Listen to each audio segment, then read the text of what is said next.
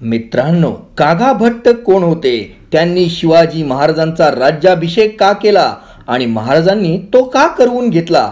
काही धर्म मार्तंडांनी महाराजांच्या सिंहासनाधीश्वर व्हायला विरोध का केला होता आणि महाराजांच्या राज्याभिषेकाचं ऐतिहासिक, राजकीय, सामाजिक आणि धार्मिक महत्त्व काय होतं हे सांगण्याचा मी या व्हिडिओत प्रयत्न केला आहे. मित्रांनो, काशीचा कुणीतरी गागा भट्ट नावाचा ब्राह्मण होता आणि त्यानं शिवाजी महाराजांचा राज्याभिषेक केला असं आपण सगळ्यांनी ऐकलं आहे. पण मी जर तुम्हाला हे सांगितलं की गागा भट्टांचं संपूर्ण नाव असं होतं विश्वेश्वर दिवाकर कावळे आणि ते मूळचे पैठणचे म्हणजे महाराष्ट्रातलेच होते आणि आपण मराठी असल्याबद्दलचा फार गर्व आणि अभिमान गागा भट्टांना होता, तर तुम्हाला फार आश्चर्य वाटेल. शिवाय गागा भट्ट हे त्या काळाच्या मानानं अतिशय आधुनिक विचारांचे बंडखोर असे धार्मिक पंडित होते. त्यांच्या वेद आणि शास्त्रांबद्दलच्या अतिशय खोल ज्ञानामुळं त्यांना वेदो नारायण ह्या पदवीनं संपूर्ण भारतात ओळखलं जात होतं. संपूर्ण भारतात त्यांचा सन्मान होत होता. गागा भट्टांनी दिलेल्या धर्म निवाड्याला सगळे धर्म मार्तंड निमूटपणे मान्यता द्यायचे इतका त्यांचा अधिकार होता. त्यांनी असं प्रतिपादन केलं होतं की केवळ ब्राह्मणांनाच नव्हे तर सर्व हिंदूंना वेद पठणाचा अधिकार आहे आणि त्यांनी ह्या विषयावर एक समयनय नावाचा ग्रंथही लिहिलेला होता. गागा भट्टांनी स्वतः पुढाकार घेऊन हिंदूंच्या सर्व जातींना वेद पठणासाठी एक वेधशाळा ही काशीमध्ये सुरू केली होती. त्यामुळं काशीचे कर्मठ प्रतिगामी ब्राह्मण पंडित गागा भट्टांवर फार चिडले होते. पण धार्मिक वादविवादांमध्ये केवळ वेद आणि शास्त्रांच्याच आधारे सखोल बोलणाऱ्या गागा भट्टांसमोर सगळ्यांचीच दात खीळ बसायची. मित्रांनो, आपण साधारणतः असं ऐकलेलं असतं की शिवाजी महाराजांना त्यांचा राज्याभिषेक करवून घ्यायचा होता, पण महाराष्ट्रातल्या ब्राह्मणांनी त्याला विरोध केला. मग महाराजांनी थेट काशीहून एक गागा भट्ट नावाचा एक ब्राह्मण बोलावला आणि मग त्या ब्राह्मणानं एक खूप मोठी दक्षिणा महाराजांकडून उकळून महाराजांचा राज्याभिषेक करून दिला. पण मित्रांनो, ही एक पूर्णपणे चुकीची समजूत आहे. महाराजांनी छत्रपती व्हावं, सिंहासनाधीश्वर व्हावं, चक्रवर्ती सम्राट व्हावं, वैदिक पद्धतीनं महाराजांनी स्वतःचा राज्याभिषेक करवून सर्व हिंदूंवर छत्र धरावं ही कल्पनाच गागा भट्टांची होती. आणि ती संकल्पना गागा भट्टांनी पैशांसाठी तर बिलकुलच मांडली नव्हती, कारण गागा भट्टांना पैशांची बिलकुल कमी नव्हती. त्या काळातले गागा भट्ट सर्वोच्च हिंदू धार्मिक पंडित होते. मुघलांचे मांडलिक असणारे शेकडो जाट, राजपूत, बुंदेले आणि विजापूरचे मांडलिक असणारे दक्षिण भारतातले अनेक मांडलिक राजे त्यांना काशीच्या धर्मपीठाचे आदरणीय प्रमुख म्हणून प्रचंड मान सन्मान देत होते. गागा भट्टांनी केवळ तोंडातून शब्द काढायचा उशीर होता की लागेल तेवढा पैसा त्यांच्याकडे गोळा होऊ शकत होता. महाराजांनी गागा भट्टांना बोलावलेलं नव्हतं, पण गागा भट्ट त्यावेळी स्वतःहून अंतःप्रेरणेनं महाराष्ट्रात आले होते आणि त्यांनी महाराजांना सिंहासनाधीश्वर छत्रपती होण्यासाठी गळ घातली होती किंवा आग्रह धरला होता असंही आपण म्हणू शकतो. आता तुम्ही म्हणाल की महाराजांसमोर आग्रह हट्ट धरण्याइतका, धर्माज्ञा देण्याइतका अधिकार त्यांना होता का? तर मित्रांनो, गागा भट्टांना तो अधिकार जरूर होता, कारण कावळे गुरुजींचं हे घराणं भोसलेंसाठी काही अपरिचित नव्हतं. पैठणचं हे कावळे घराणं म्हणजे भोसलेंचं उपाध्ये घराणं. अगदी भोसाजी महाराजांपासून म्हणजे ज्यांच्या नावावरून भोसले हे आडनाव पडलं त्यांच्या काळापासून पैठणचं गागा भट्टांचं घराणं, कावळेंचं घराणं सगळे भोसलेंचे कुलाचार राजोपाध्ये म्हणून करायचं. भोसले घराण्याविषयी गागा भट्टांच्या मनात फार प्रेम होतं. देवगिरी यादवांच्या पाडावानंतर कावळेंची काही घरं पैठणहून नाशिकला स्थलांतरित झाली, तर काही घरं थेट वाराणसी, काशीला गेली. शिवाजी महाराजांच्या घराचे कुळाचार करणारे राजोपाध्ये नाशिकचे अनंत भट कावळे हे गागा भट्टांचेच भाऊबंद. अत्यंत विद्वान असणाऱ्या कावळे गुरुजींच्या घराण्यानं आपल्या विद्वत्तेची चमक काशीतही दाखवली.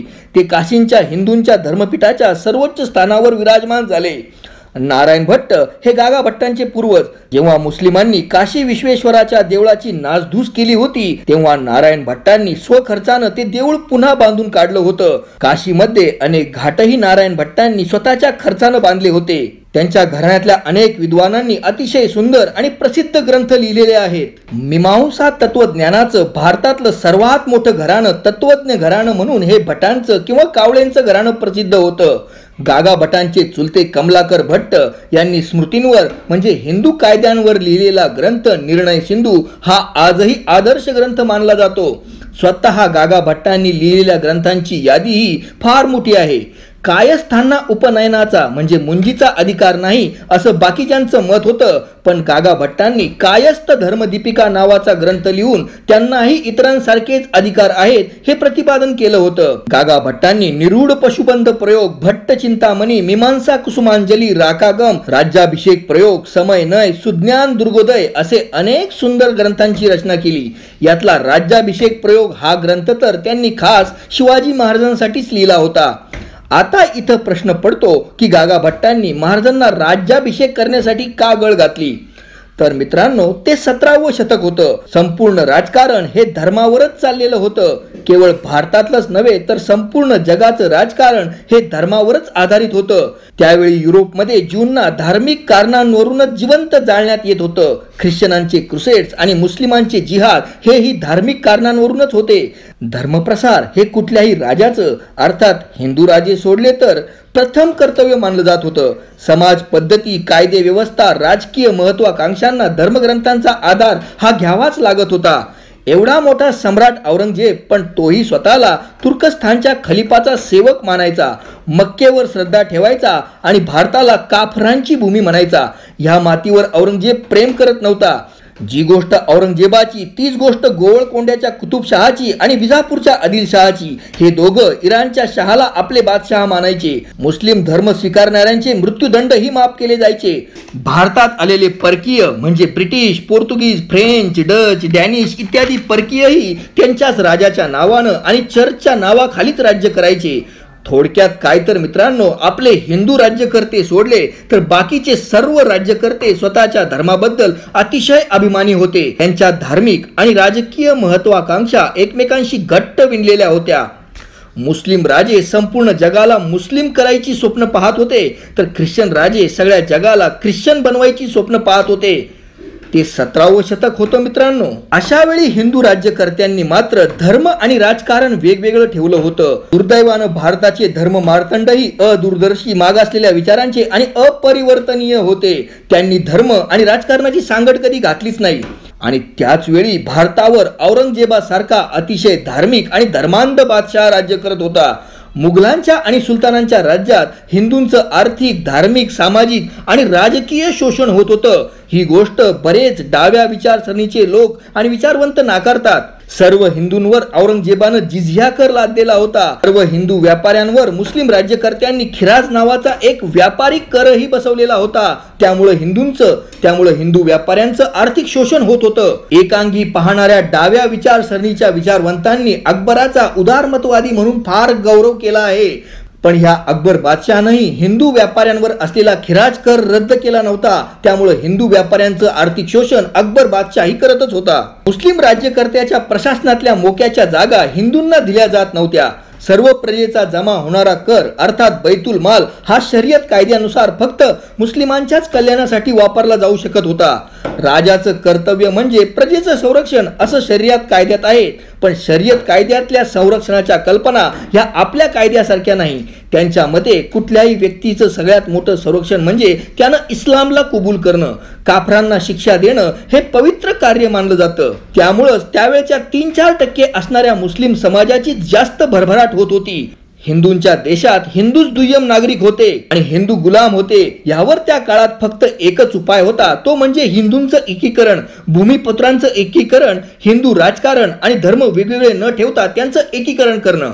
हिंदू समाज विखुरलेला होता. हिंदूंची मंदिरं फुटत होती. हिंदू धर्माचं प्रतीक गायीची कत्तल होत होती. हिंदू स्त्रियांची अब्रू लुटली जात होती. हिंदूंचं आर्थिक शोषण होत होतं. हिंदूंचा आत्मसन्मान खालावलेला होता आणि हिंदू मनानंही पराभूत झाले होते. या सगळ्या हिंदूंना एका छत्राखाली आणणं गरजेचं होतं. निदान सुरुवात तरी करणं गरजेचं होतं. मित्रांनो, ह्या ठिकाणी एक गोष्ट आपण लक्षात ठेवणं गरजेचं आहे की कुठल्याही समाजाला एकत्र राहण्यासाठी, शांततेनं जगण्यासाठी, जीवाची पर्वा न करता लढण्यासाठी एका तत्वज्ञानाची गरज असते. आज आपण भारतात एकत्र राहतो ते भारत इंडिया नावाच्या राष्ट्र नावाच्या एका तत्वज्ञानामुळं. पण त्या काळी राष्ट्र ही संकल्पना शिवाजी महाराज जर सोडले तर इतर कुठल्याही हिंदू राज्यकर्त्याच्या मनातही आली असेल की नाही याबद्दल शंकाच आहे. त्यावेळी आजूबाजूला धर्माच्या नावाखाली युद्ध लढली जात असताना धर्माच्याच आधारावर हिंदूंचं एकत्रीकरण करणं अत्यंत गरजेचं होतं. त्याशिवाय शिवाजी महाराजांशिवाय दुसरं कुठलंच सक्षम आणि द्रष्ट नेतृत्व भारतात नव्हतंच. त्यामुळं छत्रपती पद हे हिंदूंच्या सर्वोच्च धर्मपीठाचे सर्वोच्च धर्मपंडित या नात्यानं दूरदर्शी गागा भट्टांनी महाराजांकडे सुपूर्द केलं. तो गागा भट्टांचा अधिकारही होता आणि ते गागा भट्टांचं धर्मपंडित म्हणून एक कर्तव्यही होतं. त्यावेळी औरंगजेबाचा धर्मांधपणा त्याच्या वाढत्या वयाप्रमाणे वाढतच चाललेला होता. देशभरातली 3000 पेक्षाही जास्त मंदिरं औरंगजेबानं उद्ध्वस्त करण्याचा आदेश काढला होता. काशी विश्वेश्वराचा अर्ध्या मंदिराची त्यानं नासधूस केली होती आणि तिथं ज्ञानव्यापी नावाची एक मस्जिदही बनवली होती. अशा वेळी छत्रपती पद महाराजांकडे चालून आलं आणि छत्रपती शिवाजी महाराजांनीही ते पद आनंदानं स्वीकारलं, कारण त्यांच्या जीवनाचा तोच एकमेव उद्देश होता. जर शिवाजी महाराजांना संपत्ती आणि ऐशोआराम करायचाच असता तर शहाजी राजांनी त्यांच्यासाठी फार मोठी संपत्ती धनदौलत कमवली होती. शिवाजी महाराजांनी स्वराज्याचा हा अवघड खटाटोप नसता केला तरी त्यांचं संपूर्ण आयुष्य अगदी आनंदात मजेत गेलं असतं. पण शिवरायांना वैयक्तिक आयुष्य असं नव्हतंच. ते एक सामाजिक पुरुष होते. एवढा त्रास सहन केला होता त्यांनी तो फक्त ह्या मातीसाठीच. ह्या मातीशी निष्ठा ठेवणाऱ्यानं ह्याच भारतातल्या मातीला जगातली सर्वात पवित्र भूमी मानणाऱ्या व्यक्तीनंच इथं राज्य करावं हीच त्यांची महत्वाकांक्षा होती. म्हणूनच त्यांनी वीर छत्रसाल बुंदीलालाही स्वतंत्र राज्य स्थापन करण्याची प्रेरणा दिली. स्वतःचे धाकटे भाऊ व्यंकोजी यांनाही पत्र लिहून महाराजांनी पराक्रमाचे तमाशे दाखवा अशी कान उघाडणी केली. त्याच्यामुळेच नंतर एकाच वर्षात व्यंकोजींनीही तंजावरला स्वतंत्र गादी स्थापना केली होती. राजकारण हे महाराजांसाठी अंतिम ध्येय नव्हतं, तर ते सर्व हिंदू समाजाच्या कल्याणाचं एक केवळ माध्यम होतं. म्हणूनच महाराजांनी गागा भट्टांनी दिलेली जबाबदारी स्वीकारली. सर्व हिंदूंवर छत्र धरलं, ते छत्रपती बनले. आता आणखी एक प्रश्न असा पडतो की महाराजांच्या राज्याभिषेकाला काही धर्मपंडितांच्या गटांनी विरोध का केला आणि नंतर त्यांनी महाराजांना का स्वीकारलं? मित्रांनो, ब्राह्मणांनी महाराजांच्या राज्याभिषेकाला विरोध करण्याचं मुख्य कारण हा त्यांचा धार्मिक गोंधळ होता. तिथं एक धार्मिक पेच अडकलेला होता. शेकडो वर्षांच्या गुलामगिरीमुळं हिंदूंचं मानसिक आणि धार्मिक खच्चीकरणही झालं होतं. हिंदू मनोवृत्ती ही निराशावादी झाली होती. बहुतांश लोकांचं मत असं होतं की हे कलियुग आहे आणि ह्या कलियुगात हिंदूंचे हाल होणं हे विधिलिखितच आहे. हिंदूंच्या नशिबात फक्त हाल आणि हालच आहेत. अशी विचित्र निराशाजनक घट्ट समजूत पूर्ण समाजाचीच बनली होती. हिंदूंच्या पंडितांनीही असं एक सामाजिक मत बनवलं होतं की हिंदूंमध्ये क्षत्रिय आता कुणी उरलाच नाही. केवळ ब्राह्मण आणि शूद्र अशा दोनच जाती उरलेल्या आहेत. त्यामुळे हिंदूंमध्ये कुणी राज्य करताच होऊ शकत नाही.